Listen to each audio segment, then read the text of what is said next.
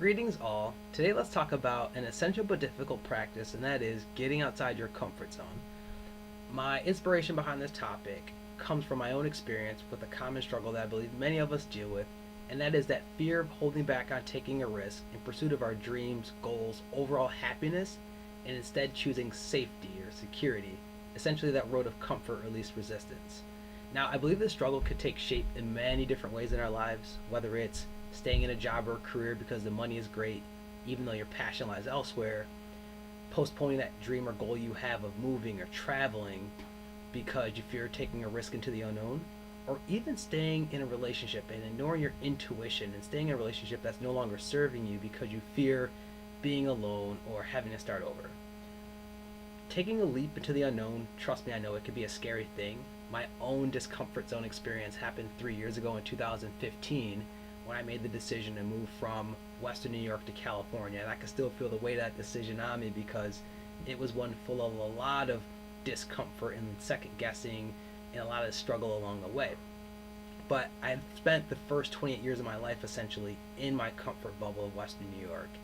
And after, going to college, 45 minutes away from home, I ended up working the first 6 years of my career at my alma mater. So really for me, my checklist for a comfy lifestyle was all set. I had a job with retirement and benefits. I had my own apartment. My friends and family were just a hop, skip, jumping away. And so my checklist for a comfy lifestyle was all set. But even though all those check boxes were filled, my heart still wasn't fulfilled. I had always known deep down that I wanted to experience life outside of Western New York, and I even told myself that, man, I hope in my next lifetime I'm born in California. And I think many of you can relate when you know deep down that you aspire for more out of life and that your current situation can't be all that life has to offer. But then that internal dialogue starts to kick in, and then you start to say to yourself, well, maybe I'll pursue my passion after I save up X amount of money, or I'm not going to move or travel this year. I'm going to do it next year when I'm in a better situation. Or even, I'm going to stay in this relationship because I know my partner's going to change. Whether it's career, whether it's relationship, whether it's your own vision for yourself. We all know at our core when we're being untrue to our deepest desires and settling. Nelson Mandela has a great quote that there's no passion to be found in playing small and settling for a life less than the one that you're capable of living. And now 3 years into this journey, I agree with that. I believe that there's no lasting happiness, fulfillment, or meaningful achievement to be found in playing in our comfort zone. So I'd like to suggest 3 reasons why we should all practice getting outside of our comfort zone. Reason number 1, discomfort is just a stop along the path to fulfillment and meaningful achievement. One of my favorite football players, Ray Lewis, once said, before anything great could be achieved, your comfort zone must be disturbed. Les Brown, who's an amazing public speaker, said, if you want something you've never had, you must be willing to do something you've never done. This is all to say that in order for you and I to experience real growth, the achievement and fulfillment of our dreams and goals, we have to not only be willing to get outside of our comfort zone, but we must be willing to work through that discomfort along the way because it's a part of the process.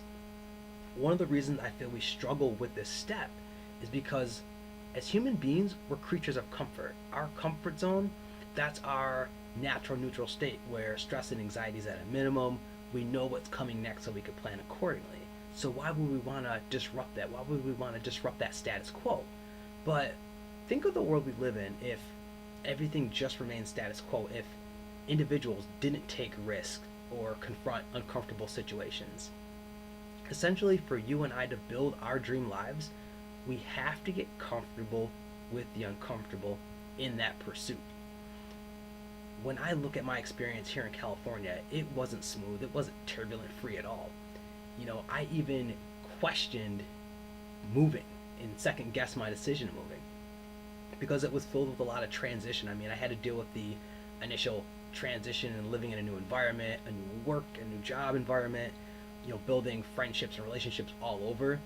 It really was a struggle, and for me, there were times, especially early on, where I was ready to just give up and move back. I even started looking for jobs back in New York, and I'm very thankful to the great people around me and my loved ones for really helping me to peel back my own onion and stay the course, because A, I realized I would have regretted giving up on my goal and my dream and not following through on it. And B, struggle is just a part of the journey to any meaningful fulfillment.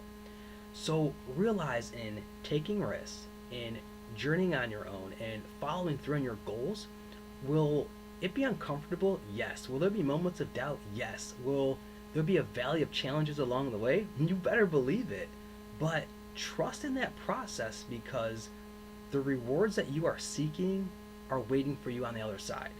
Plus, a little bit of healthy discomfort can really serve as a change agent for growth, which brings me to the second reason why I believe we all should practice getting outside of our comfort zone, and that is because it will evolve you as a person. One of my best analogies to describe this is through my favorite anime TV show, Dragon Ball Z. And if you're not a DBZ fan, it's okay, I will make this very easy to follow. In the show Dragon Ball Z, there's a race of people called Saiyans, and Saiyans have this genetic trait that allows them to grow stronger after recovering from fighting a devastating battle. We all have Saiyan genetics in us. As you take risks, as you stretch yourself, as you push yourself through uncomfortable situations, through that process, you will grow stronger, you will grow wiser, you will grow more confident and more resilient than ever before, and that is a growth that can never be stunted.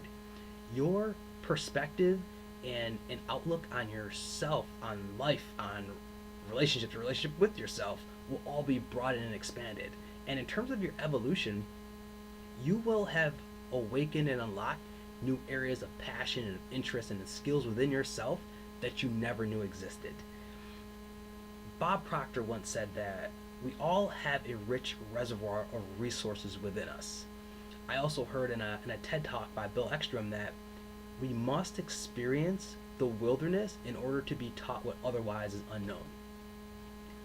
We all have a great amount of, I believe, creativity and passion that lies in us. But I also believe that fear oftentimes keeps it locked in.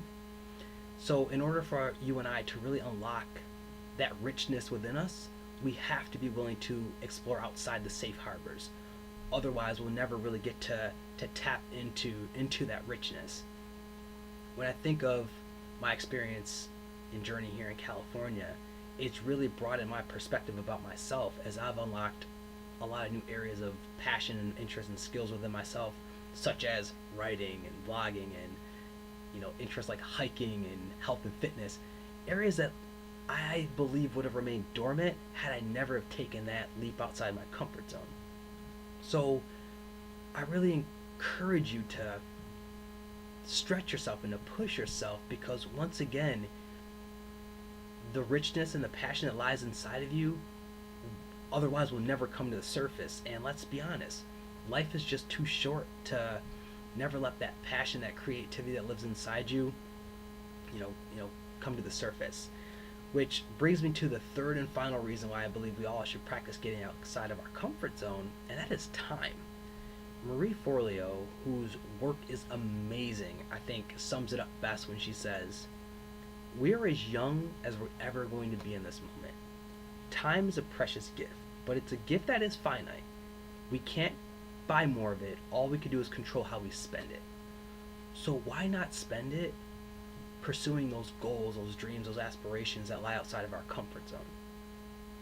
As I'm growing to learn that we'll never have the opportunity to live this amazing day once again, we can't postpone our happiness.